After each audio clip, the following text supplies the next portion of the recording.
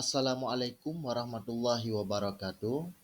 Peserta didik Bapak sekalian yang Bapak cintai, kembali berjumpa lagi dengan Bapak di pelajaran kita yaitu Sejarah Kebudayaan Islam. Pada kesempatan kali ini kita akan membahas tentang keperwiraan Nabi Muhammad SAW dalam mempertahankan kota Madinah.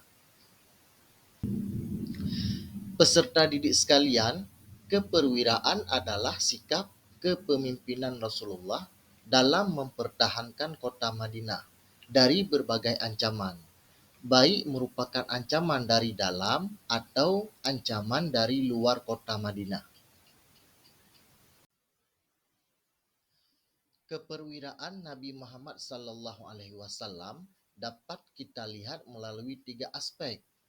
Aspek Perang Badar, aspek Perang Uhud, dan aspek Perang Khandaq. Di sini yang pertama kali kita lihat melalui Perang Badar. Dalam Perang Badar, jumlah kaum muslimin yaitu berjumlah 314 orang melawan kaum kafir Quraisy sebanyak 1.000 orang. Secara logika kita dapat mengetahuinya bahwasanya kaum muslimin tidak akan menang melawan kaum kafir Quraisy yang lebih banyak jumlahnya.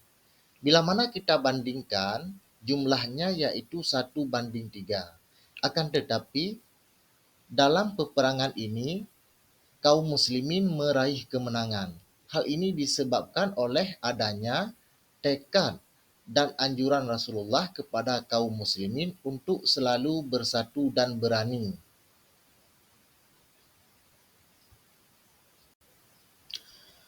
Selanjutnya yang kedua, keperwiraan Nabi Muhammad SAW dapat kita lihat melalui Perang Uhud. Dalam Perang Uhud, Nabi Muhammad menggunakan taktik dengan membentuk 50 orang pasukan pemenah yang akan ditempatkan di Bukit Uhud. Nabi Muhammad SAW telah berpesan kepada pasukan pemanah agar tidak meninggalkan tempatnya apapun yang terjadi nantinya. Akan tetapi pasukan pemanah menyangkal perintah Nabi dan meninggalkan tempatnya. Hingga pada akhirnya dalam Perang Uhud ini pasukan kaum muslimin mengalami kekalahan.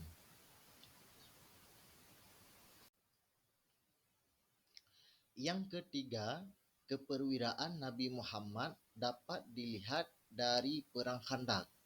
Dalam Perang Khandaq, Nabi Muhammad SAW menyatukan berbagai pendapat para sahabat untuk memutuskan taktik perang yang akan digunakan atau yang akan dilakukan nantinya oleh kaum muslimin untuk mendapatkan kemenangan.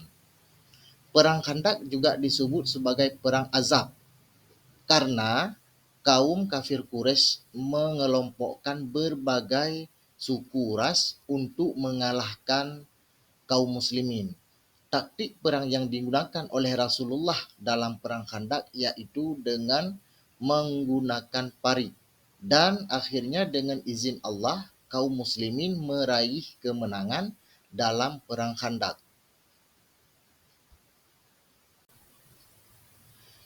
Inilah pokok pembahasan kita secara singkat telah Bapak uraikan.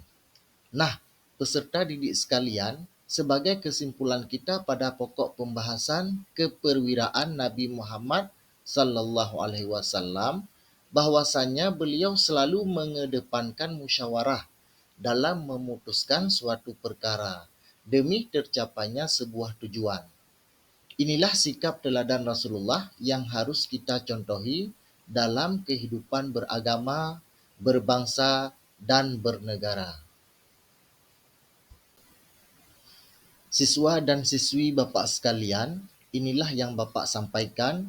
Terima kasih atas segala perhatiannya dan mohon maaf atas segala kekurangan dari Bapak. Billahi taufiq wa hidayah. Assalamualaikum warahmatullahi wabarakatuh.